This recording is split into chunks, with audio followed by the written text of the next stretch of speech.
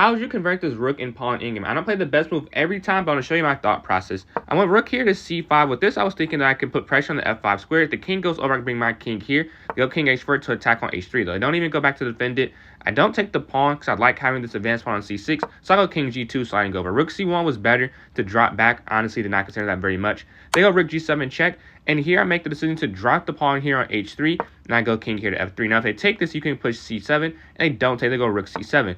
I go rook back here to c1. The idea here is I like my position right now, and I need their king to move out the way, which it does on king h5. Now I go king to e3. The reason we go king e3 is we want to run our king to this rook or to the pawn here at f5, either or. I go king h4. I given up this pawn already, so I go king here to d4, and they take the free pawn. Now it's a rook in 2 versus rook in 1, which is still winning, but it's obviously not much material.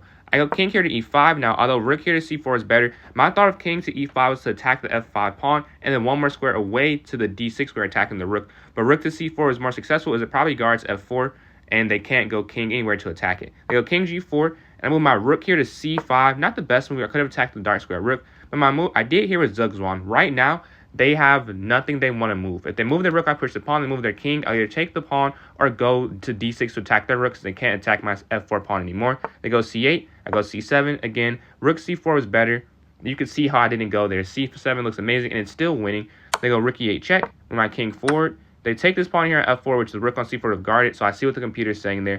But I promote, and now I have a rook and pawn versus rook and king. You have to make sure they don't promote this pawn, though. If they go king here to f3, I go king to e5.